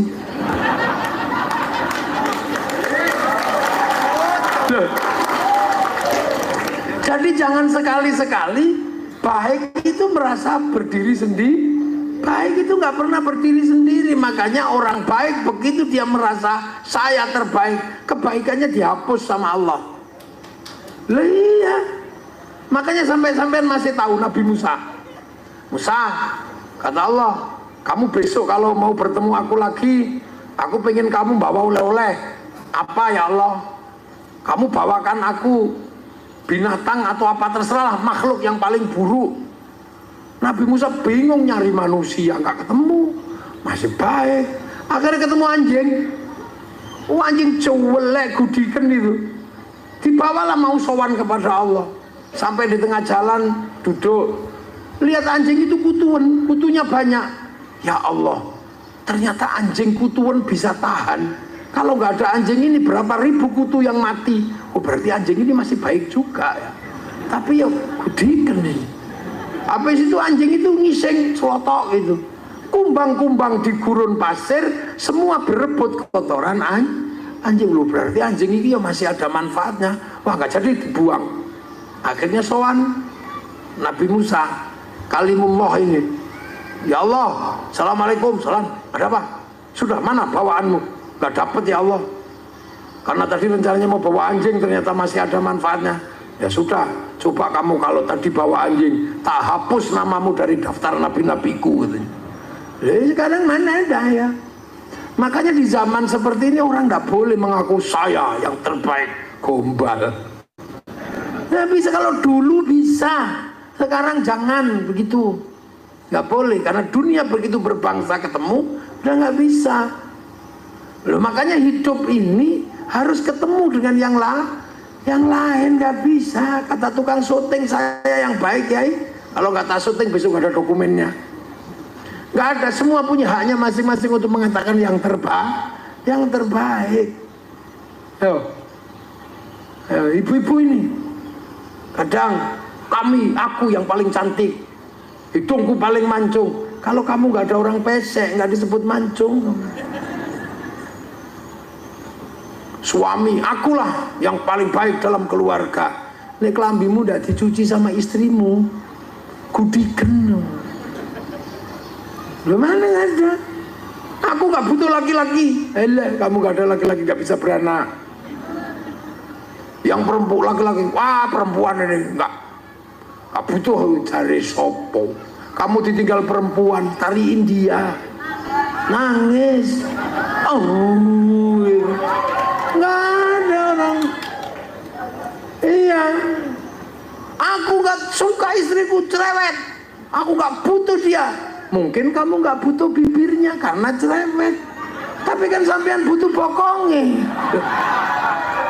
Ayo loh, bikin dunia, makanya orang harus terbuka pikirannya. Kamu mencintai anakmu, kamu nggak boleh lupa anak itu lahir dari istri. Yo, istri juga nggak boleh terlalu cerewet sama suami kalau ngerokok dan ngopi. Karena kalau suami nggak ngerokok, nggak ngopi, ngantuk. Kalau ngantuk nggak kerja, kalau nggak kerja nggak punya duit, itu terima aja. Gitu. Iya. Tapi sampean juga harus memenuhi seluruh kebutuhan perempuan, karena yang salah sampean. Dalam kehidupan semua adalah salah laki. Perempuan nggak pernah salah dalam hidupnya terhadap laki-laki. Tepuk aja bentar. Iya. Kenapa perempuan nggak pernah salah dan yang salah selalu laki-laki? Karena yang menerima itu laki-laki. Dulu yang saya terima itu siapa? Perempuan apa laki-laki? Saya terima nikahnya. Yang diterima kan perempuan, yang sampai nerima. Lah sampai nerima saat cerewete, sak ngamu aneh. Lah iya kan? Perempuan itu kan makhluk paling unik. Lah ya, karo cecek wedi, karo coro takut dia. Karo tikus takut, tapi kalau lihat laki-laki ngamuk deh. Dia berani kalau sama laki-laki. Dengki betul. Coba, ono ulo cilik lain. Ono wong lanang apa?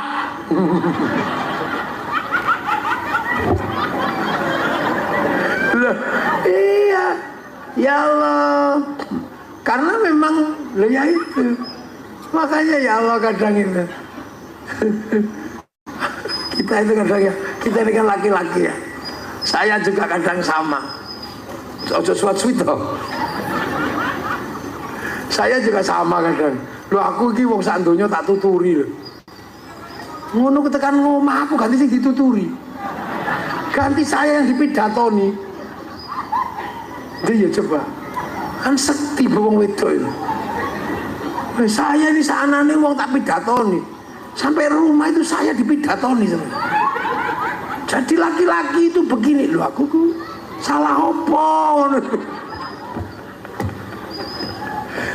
Tapi itu juga nggak bisa terus berlagak saya lebih penting, saya yang lebih penting. Ya nggak bisa ternyata. Gitu loh. Orang mengaku lebih penting antara laki-laki dan perempuan, nggak bisa. Karena laki-laki dan perempuan saling membutuhkan. Jadi lucu kadang itu. Tengah wengi guling tok ya ora enak. Tapi dintuti nesu. Coba. Dintuti ngono ngamuk. Wah lho. Wong guling tok ya gak enak, dintuti ngamuk. Ora ono digoleki, ngorok titik ditapuk. Lha ya piye? Pokmu. Aja banter-banter. Lah memang orang ngorok bisa ngerem. Kan ya ndak bisa. Jadi tutupi batal, mekap-mekap ya Allah. Loh ya Allah. Loh jadi kadang ini, dunia ini memang gak bisa kalau tiba-tiba terus ini yang dominan, yang utama, ini yang utama, gak bisa. Imam masjid itu loh kurang baik apa?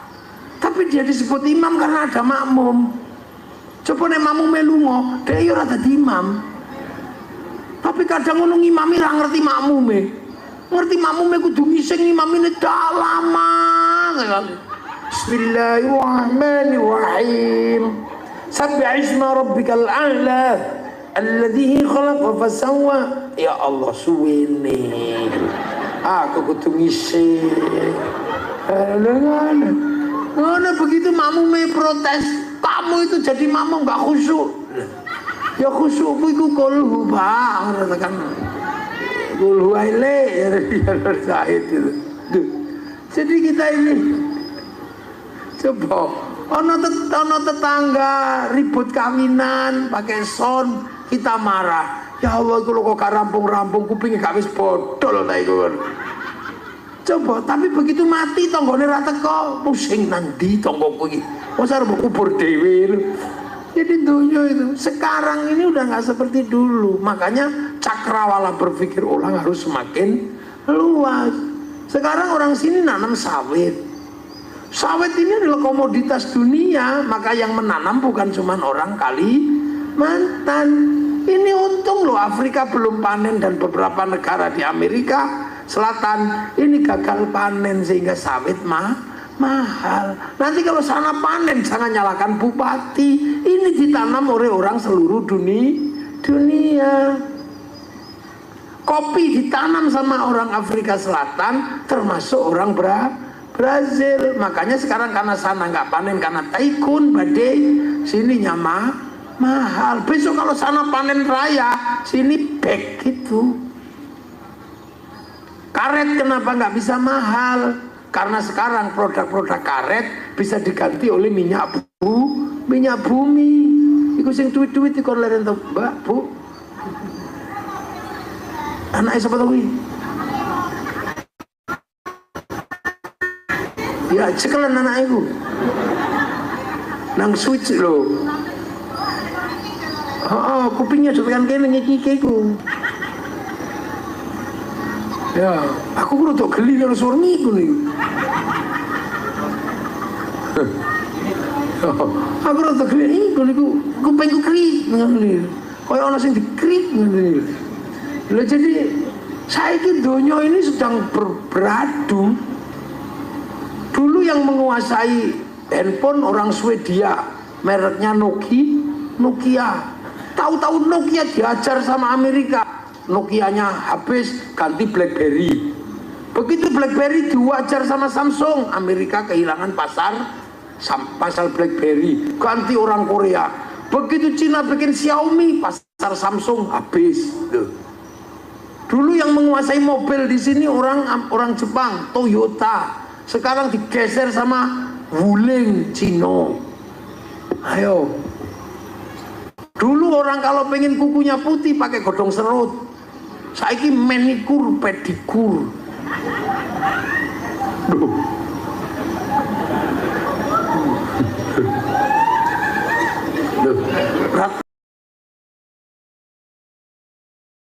Kau jarene, nek kamu pelataran raon ngene ya. Diceritani manikur, pedikur mur ketekuk. Ya Allah, guyune wong pelataran lho kok cek renyai ngene.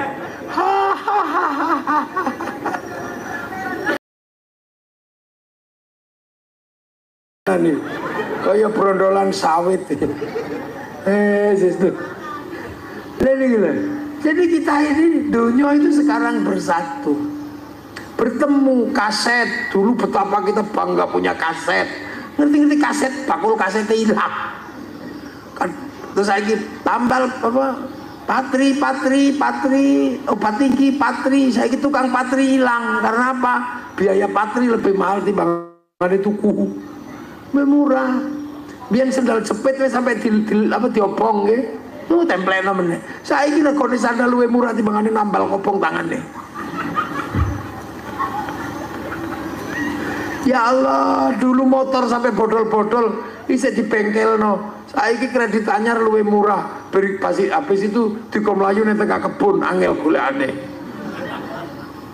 Dunia itu makanya kita di sekarang nggak bisa lagi mengatakan haram, nggak bisa. Karena apa? Kita ketemu dalam kehidupan kita selalu ada pihak ketiga dari bangsa yang berbeda.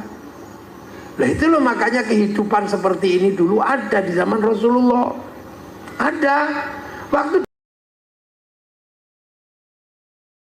cuma orang dua suku, tiga suku, nggak ketemu dengan orang lain. Tapi begitu pindah Madinah itu kota, ujung jalur sutra, jalur perdagangan terbesar dari Asia dan dari Eropa, ketemunya di pasar Yasrib, pasar Madinah, mulai ketemu orang Yahudi, orang Nasrani, Banu Nadir, Banu Qunaiqa, Banu Nadir, ketemu orang Romawi, ketemu orang Yahudi, berubah.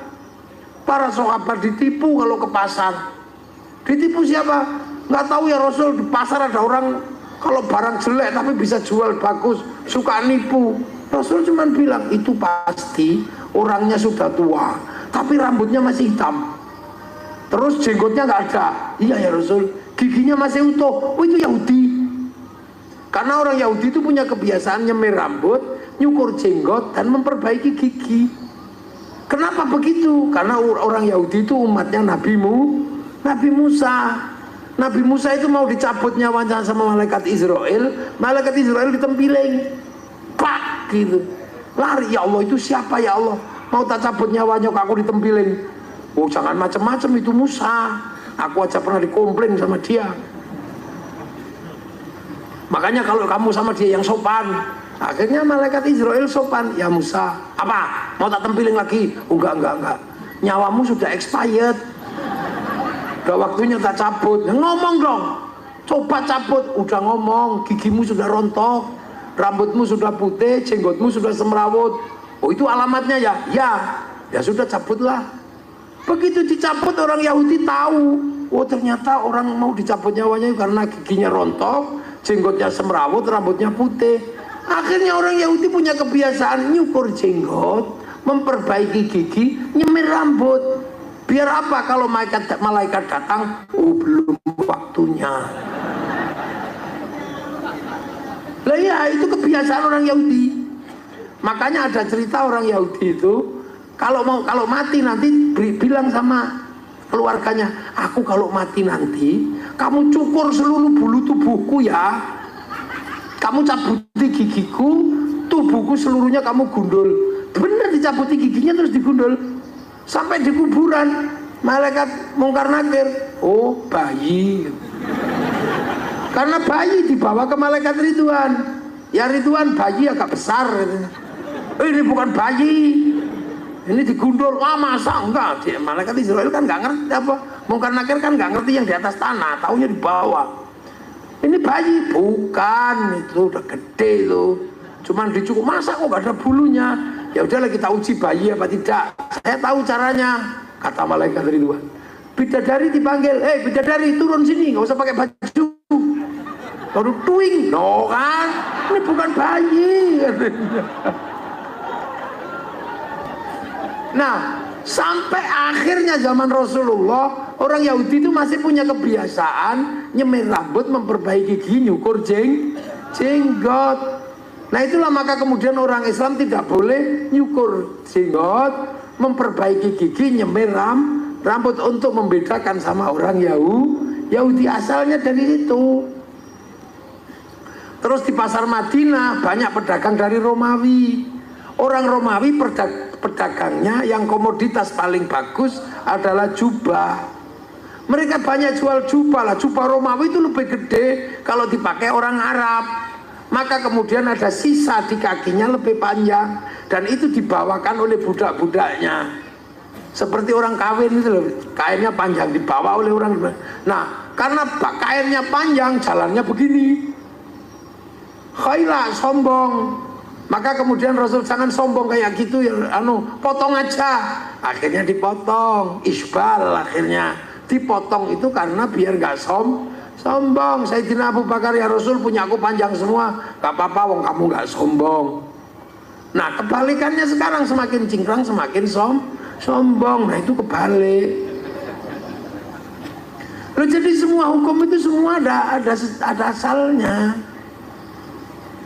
Makanya kadang harus ngotot, harus cingkrang. Ntar dulu, itu dulu ada sebabnya. Jangan dikira nggak ada sebabnya. Nah makanya ketika ketemu sama orang Madinah, manusianya banyak, agamanya beda, sukunya beda. Mau bilang kafir yang punya sumur orang Yahudi, mau bilang musyrik, ternyata beberapa orang yang tidak beragama yang punya kebun. Wah itu boleh bareng, berdagang bersama, pasar bersama. Akhirnya apa? Ya sudah, hiduplah berbeda-beda tapi tetap saling tanggung. Ya, hidup berbeda-beda tapi saling tanggung jawab. Konsep ro'iyah itulah yang diberlakukan di Indonesia. Maka orang Indonesia disebut ro'iyah, sekarang menjadi rakyat.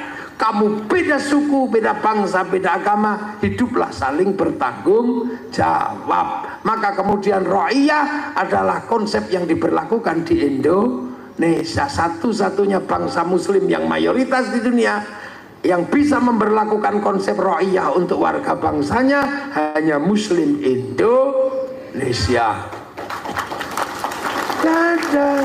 Jadi kalau sunnah jenggot, sunnah apa itu? Sunnah enteng. Sunnah yang berat itu sunnah membentuk negara. Karena kiai sampai ke Indonesia lebih rumit. Lebih rumit Indonesia itu. Orang Arab itu dari dulu bahas binatang, yang paling umum itu ya unta, kambing, sama kuda. Begitu sampai Indonesia, ketemu bahasan terenggiling, garangan, undur-undur, entung, nyambe, apalagi di sini akeh yang dibahas. Ulama-ulama Arab sampai sekarang kalau bahas buah itu sekitar kurma, gitu. Ya paling dikit kurma, delima, jeruk. Sampai di sini bahasannya ada duren, kesemek, sawo, cipluan, elai, paken, ada.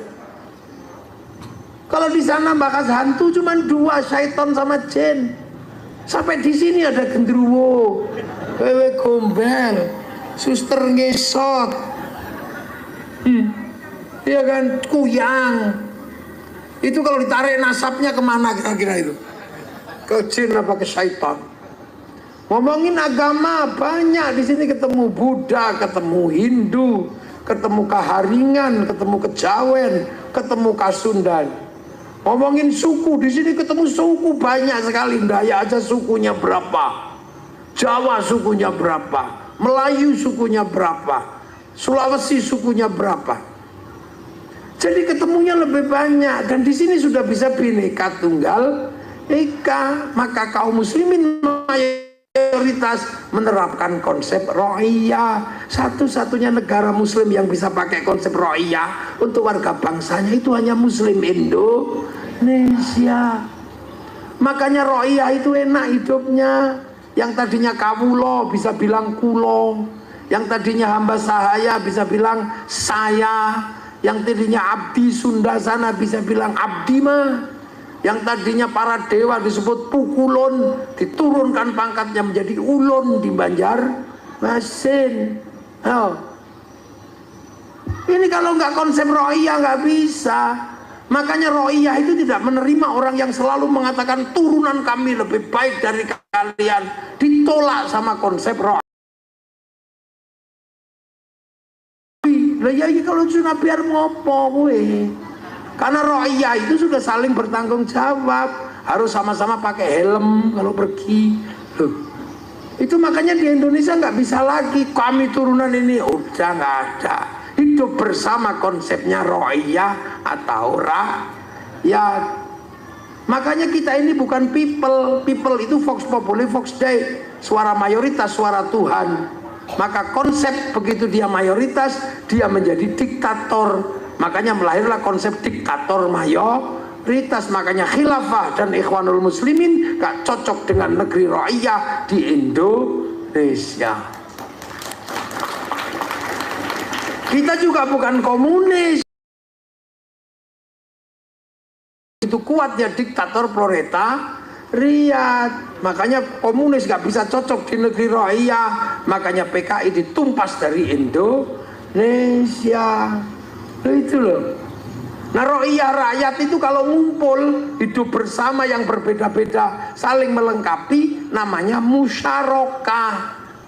Bersekutu, saling bergantung, saling berkesinambungan. Makanya musyarakah dikenal dengan bahasa masyarakat. Kita pakai bahasa masyarakat itu. Tapi kalau kita mau membangun kebersamaan, kita menggunakan konsep bagaimana kita menyatukan pikiran, maka lahirlah konsep wasyawirum fil amri, masuklah bahasa musyawarah. Itu bahasa Quran. Yang satu bahasa sunnah, yang satu bahasa Quran. Makanya musyawarah itu membentuk tertinggi lembaganya Majelis Permusyawaratan Rakyat. Bebas semuanya, enak.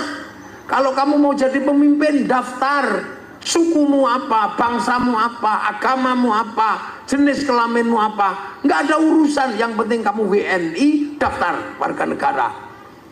Mau jadi lurah, daftar ke panitia. Mau jadi bupati, daftar ke KPU. Mau jadi dewan, daftar ke KPU. Nggak ada masalah. Enak itu konsep musyarakah itu. Begitu sampai daftar, cari teman sebanyak-banyaknya. Masih kurang, beli. Lo boleh. Yang nggak memperbolehkan kan polisi sama TNI. Dan yang nggak boleh itu apa? Money politik. Nggak boleh, memang beliau bertugas itu mencari money politik. Maka kita jangan kasih nama money politik, kasih nama uang bensin. Iya, kalau diterima masjid namanya sumbangan, kalau diterima kiai namanya bisyaro. Udah beres. Kalau banyak sodako. Kalau orang Jawa ya jer besuki mawa. Ya udah. Enak konsep ini. Sampean di sini cuman buruh tani, buruh kebun, golek brondolan. Tiba-tiba anaknya dipondokkan kok jadi pinter, pulang jadi kiai. Nggak ada yang nanya keturunan siapa, nggak ada yang nanya. Gimana? Itu enaknya konsep rohia. Nggak perlu nasab kami. Nggak penting misal. Nasab kami, tapi kemana-mana cuman minta, ya dimarahi wong oke. Ya iya. Karena Indonesia mengikuti konsep rohiyahnya Rasulullah. Maka kalau ada orang mengatakan saya terbaik, kakek aneh, ya ora kanggo ning Indonesia, Kang. Kakek aneh, ya jadi kakek aneh jarene umbali. Orang ndak bisa begitu, kita sudah nggak begitu. Kita sudah bebas sampai duwe anak mondok pinter mulai dari kiai, gak akan menjadi masalah kamu anak siapa, karena apa? Derajat tertinggi adalah ilmu. Jadi nggak ada bodoh-bodoh terus kakek aneh, nggak laku. Makanya sekarang ya orang kemudian bertanya-tanya kakekmu beneran apa enggak gitu. Nggak bisa. Konsep rohiyah itu setara sudah, bebas ilmu. Kenapa saya duduk di sini? Karena saya punya ilmu. Nanti kalau sampean punya anak pinter, gantian yang duduk di sini. Iya kan? Sampean punya anak pinter kaya, gantian duduk di sini. Karena apa? Lurah, bupati, presiden duduk di situ, di sini loh. Ini bukan tempat yang harus diduduki terus oleh saya. Nggak mesti. Bisa jadi nanti anak sampean lebih pinter duduk di sini. Nggak ada yang tahu. Nabi Ibrahim lahir dari anak tukang bikin patung. Nabi Musa lahir dari anak yang hanyut di sungai. Siapa sing ngarani bayi kentir dadi nabi? Yo, itu sudah rohiyah. Makanya sampean nggak usah ikut-ikutan. Kami keturunan ini, prei Kang, prei mayit. Nggak ada. Jadi persoalan kemudian ada persoalan nasab, persoalan Habib, persoalan apa itu karena banyak yang nabrak konsep roiyahnya Rasulullah. Udah enak sini, bebas, merdeka. Nah, yang nata sistem ini para wali. Makanya daerahnya disebut wilayah. Kita ini punya konsep namanya wilayah. Daerahnya para wali. Daerah wilayah itulah yang akhirnya menjadi NKRI, Negara Kesatuan Republik Indonesia. Arab satu bangsa pecah puluhan negara, Cina satu bangsa pecah puluhan negara, Eropa satu bangsa pecah puluhan negara, Afrika satu bangsa pecah puluhan negara. Kita puluhan suku bangsa agama mampu bersatu dalam satu negara, Kesatuan Republik Indonesia. Loh, ayo. Makanya kita pakai Pancasila, tertinggi tetap Tuhan. No coba lawan we. Nomor satu tetap Tuhan, ketuhanan. Setelah urusan Tuhan, urusan manusia. Maka yang kedua kemanusiaan, karena dunia dan seisinya ini bergerak karena ada manusia. Kenapa ada kursi? Karena ada bokongnya manusia. Kenapa ada mic? Karena ada kupingnya manusia. Ayo. Kenapa ada mobil? Karena ada kaki manusia. Kenapa ada pabrik Pampers? Karena ada nya manusia. Kenapa ada? Karena manusia. Maka kemanusiaan yang adil dan beradab setara. Manusia nggak bisa hidup sendiri. Maka manusia butuh persatuan. Maka sila ketiga tentang persatuan. Hidup harus bersatu, tidak pandang bulu suku, bangsa, agama. Tapi persatuan harus saling menghargai, kesetaraan. Yang setara namanya ro'iyah. Maka kerakyatan menjadi landasan persatuan. Maka orang nggak bisa bersatu kalau nggak saling menghargai. Makanya kerakyatan pakai konsep ro'iyah. Tapi hati yang sempit tidak bisa menghargai perbedaan. Hati yang culas tidak bisa menghargai perbedaan. Hati yang beku tidak bisa menghadapi perbedaan. Butuh hati yang luas, yang ada nilai-nilai dan pancaran ketuhanan. Makanya kerakyatan hanya bisa dipimpin oleh hikmah. Karena hati yang seperti itu disebut hati yang penuh hikmah. Tapi kalau kamu jadi pemimpin harus punya kebijaksanaan. Jadi gubernur Kalbar asalnya Sampit, jadi gubernur Kalteng asalnya Pelantaran. Kok yang diurusi cuma pelataran tok? Itu namanya bijaksini. Semua harus diurus, itu namanya bijaksana. Tapi kalau ngambil keputusan nggak boleh sendiri, harus musyawarah. Maka permusyawaratan. Kalau diajak semua ribut, maka perwakilan. Baru tercipta keadilan sosial bagi seluruh rakyat Indonesia. Loh, terus kamu mengatakan Pancasila tauhid, Pancasila produk kafir, mrene tak tapuk lambemu kowe. Ini konsep sunnah. Maka negeri dengan konsep sunnah terbaik dunia ada di Indonesia.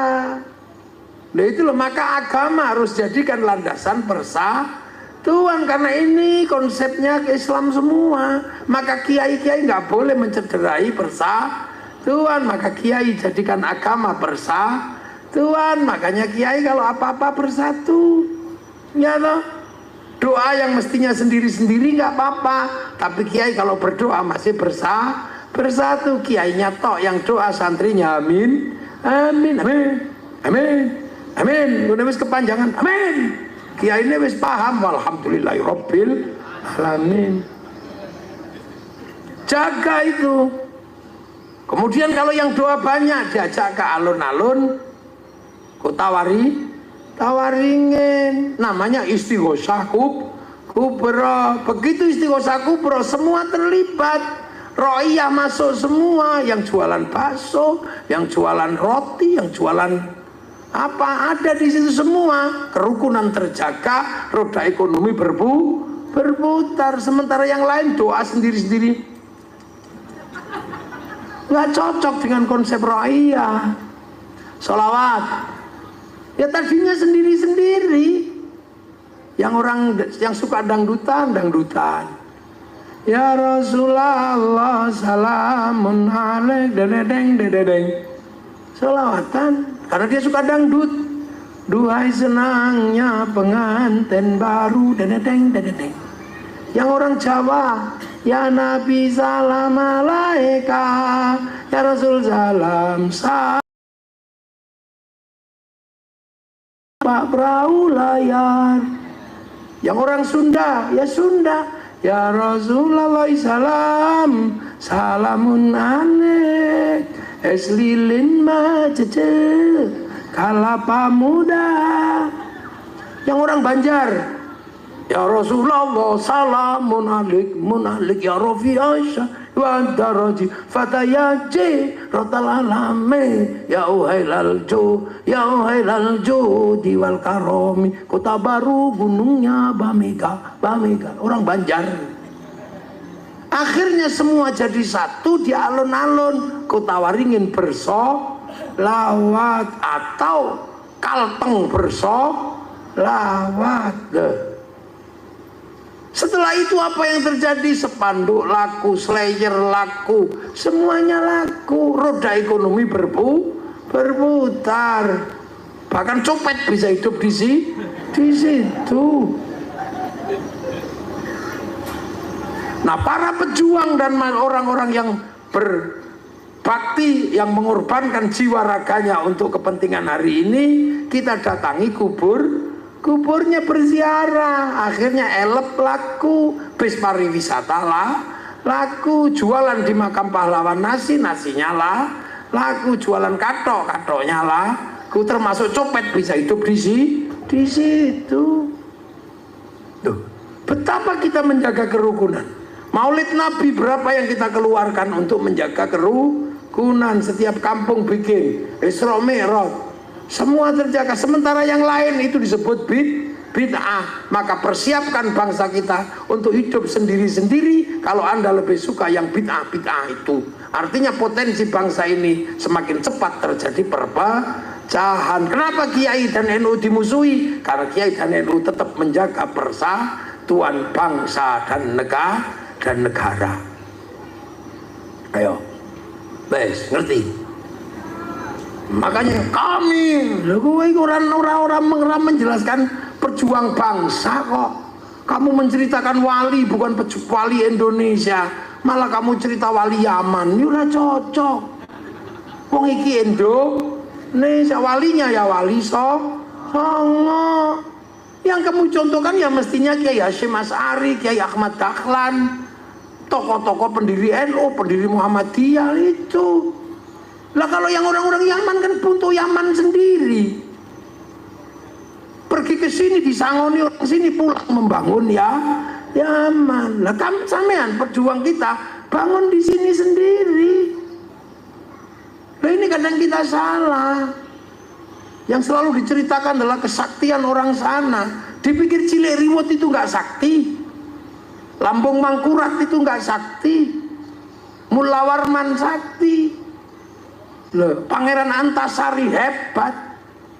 Pangeran Suryansah, Pangeran Samudra apa hebat semua. Tapi kita nggak pernah dengar cerita itu. Kita selalu dengar cerita nenek moyang orang lain, dan kita bangga karena bisa bercerita nenek moyang orang. Bisa Isra Mi'raj 70 kali, bangganya kita. Jangan gitu. Saya bukan apa-apa. Kita harus tahu sejarah nenek moyang kita yang hari ini kita nikmati hasilnya perjuangan mereka. Nenek moyang kami memadamkan api neraka. Lah yang ngapain? Wong sesuk neraka ora saiki. Nenek moyang kami ada orang mati dikasih surat gak beritanya lagi. Lu jangan begitu. Itu kini bangsa ini ceritakan. Amerika kenapa bangkit? Karena punya kecintaan pada bangsanya. Mulai dari Will West sampai The Last of the Mohican diceritakan oleh orang Amerika. Kalah di Vietnam, bikin Rambo 1 sampai 6. Kalah dengan Cina, bikin American Shaolin, American Kung Fu. Kalah dengan Jepang, bikin American Ninja, American Samurai.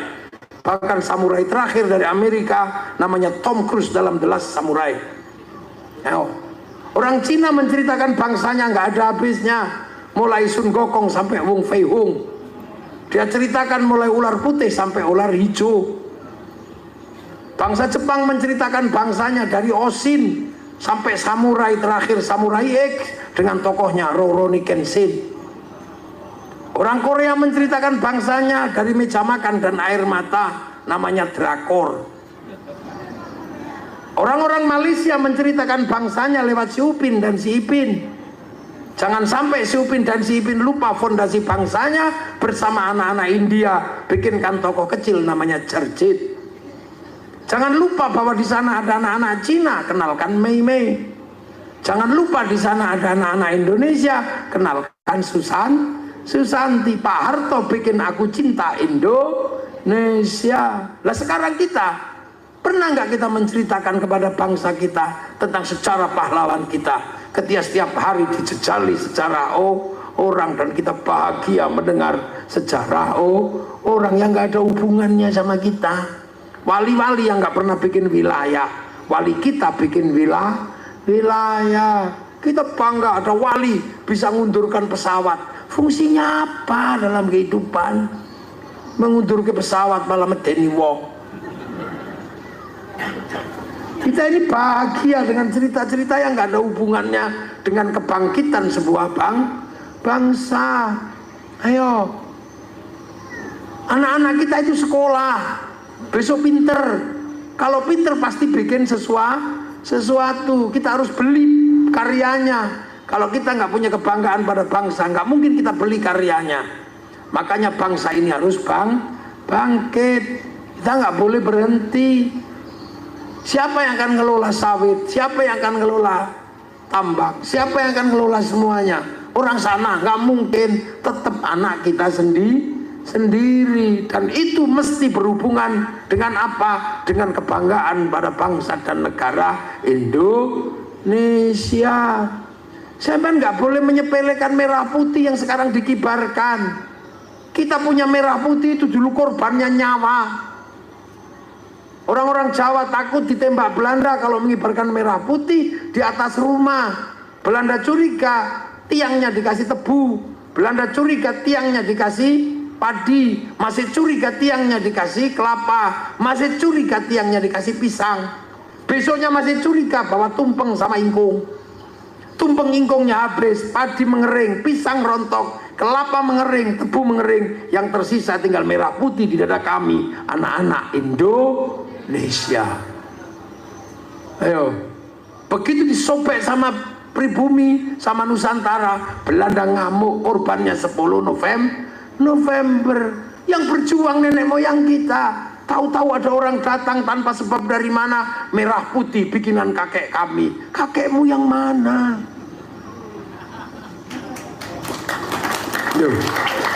Kenapa saya menceritakan ini? Karena sekarang ada perebut sejarah. Makam orang diganti, kuburan dibikin untuk menguatkan sejarah nenek moyangnya yang ada di Indonesia. Padahal nggak ada sejarahnya sama sekali. Selain sejarah ikut Belanda. Wis tong andelo aku. Nah itulah bangsa. Aktor Cina yang sangat digemari, saya nggak tahu namanya, lupa namanya itu. Dia foto di depan supremasi bangsa Jepang, langsung di blacklist, tidak boleh main film di Cina. Loh, itu kebanggaan. Nah kita sekarang antara merah putih sama Filistin, lebih bangga bendera Filistin. Padahal Filistin punya masalah. Kenapa dia setelah bikin negara nggak rukun sesama anak bangsanya? Fatah Hamas ribut, itu loh. Nah inilah masa depan bangsa. Kamu nggak akan pernah bisa pindah bangsa. Kita tetap Indonesia. Right or wrong is my country. Baik buruk inilah negaraku, Indonesia.